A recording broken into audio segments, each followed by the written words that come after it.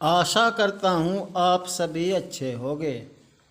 आज हम इस वीडियो में पढ़ेंगे भारतीय साक्ष्य अधिनियम 2023। इसमें भाग 2 अध्याय 2 जिसका शीर्षक है तथ्यों की सुसंगति। यह भारतीय साक्ष्य अधिनियम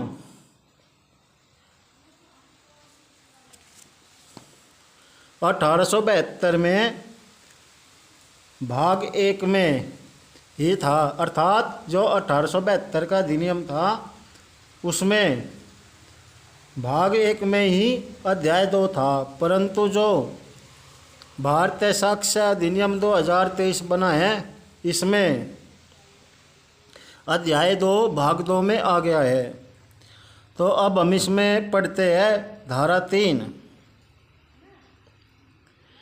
इसका शीर्षक है विवादक तथ्यों और सुसंगत तथ्यों का साक्ष्य दिया जा सकेगा। यह भारतीय साक्ष्य अधिनियम 1872 में धारा 5 में था और इसमें यह है धारा 3 में। तो पहले हम इसके कानूनी भाषा को पढ़ते हैं और उसके बाद साधारण और आसान शब्दों में इसे समझेंगे। किसी वाद या कार्यवाही में हर विवादक तथ्य के और ऐसे अन्य तथ्यों के जिन्हें एतस्मिन् पश्चात सुसंगत घोषित किया गया है अस्तित्व या अनस्तित्व का साक्ष्य दिया जा सकेगा और किन्हीं अन्यों का नहीं। अर्थात इसमें साधारण भाषा में कहा गया है कि किसी वाद या कार्यवाही में, वाद क्या होता है?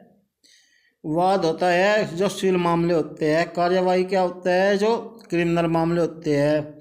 वाद और कार्यवाही में हर विवादक तथ्य क्या होता है?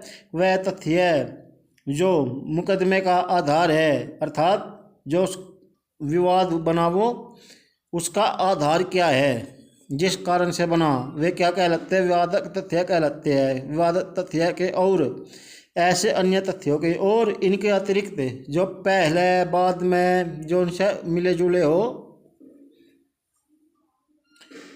वे क्या कहलाते हैं?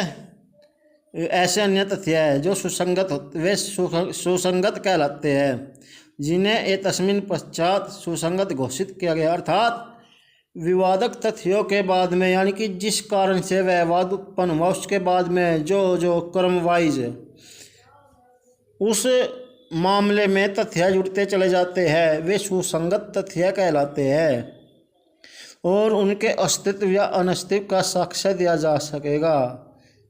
अर्थात वे तथ्य जो उनसे सुसंगत है वे है अथवा नहीं है, उनका साक्ष्य यानी कि उनका सबूत न्यायालय के सामने दिया जा सकेगा और किन्हीं अन्यों का नहीं। अर्थात उदाहरण के लिए मान लीजिए ए ने बी की हत्या की और सी देख रहा था, वह गवाही देने के लिए आया, तो उससे यह नहीं पूछा जा सकता कि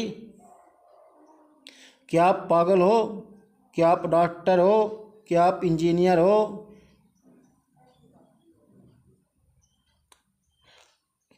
या अन्य ऐसे, जैसे तुम्हारे घर में कितने भाई हैं, तुम्हारे घर में कितने बच्चे हैं, तुम्हारी शादी हुई है, तुम इलाहाबाद कब जाओगे। तो ये जो सवाल पूछे गए ये सुसंगत नहीं है। केवल वे ही साक्ष्य जो उस मामले से जुड़े हुए हैं वे ही दिए जाएंगे। जैसे ए ने बी को गोली मारी तो ए की बी से क्या कोई दुश्मनी थी, या ए ने बी को सुपारी लेकर मारा है, या ए ने बी को किसी मजाक में शुरू हुई बात का एक गंभीर रूप धारण किया और इस कारण से मारा है। अन्यथा बहुत सारे प्रकार। अब आते हैं इसके स्पष्टीकरण में।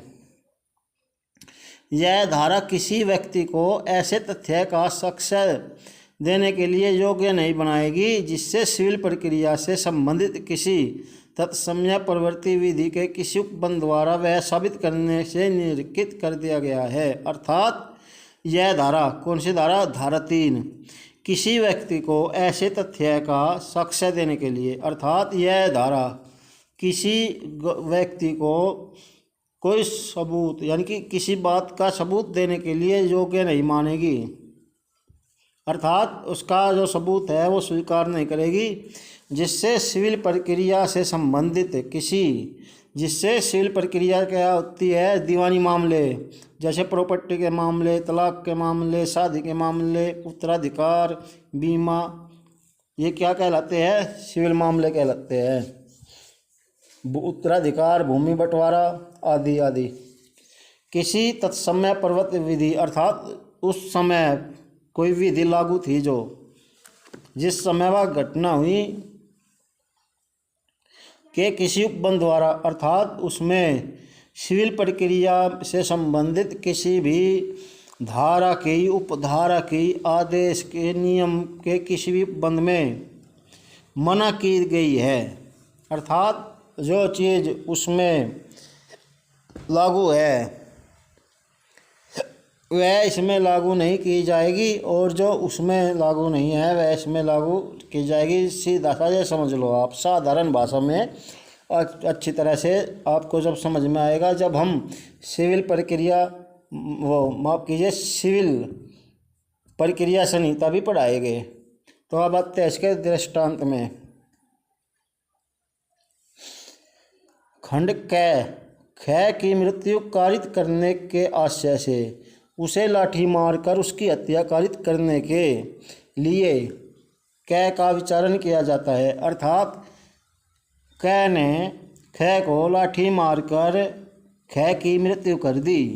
अब इसका विचारण अर्थात ट्रायल, यानी कि मुकदमे में दोनों अपना पक्ष रखते हैं, उसे कहते हैं विचारण, जो न्यायालय की प्रक्रिया होती है सजा देने से पहले तक। कै के विचारण में निम्नलिखित तथ्य विवाद है। कौन कौन से है? आइए देखते हैं। कै का ख को लाठी से मारना, अर्थात कै ने ख को लाठी से मारा, यह विवादक तथ्य है। कै का ऐसी मार द्वारा ख की मृत्यु कारित करना, यह विवादक तथ्य है और सुसंगत तथ्य है।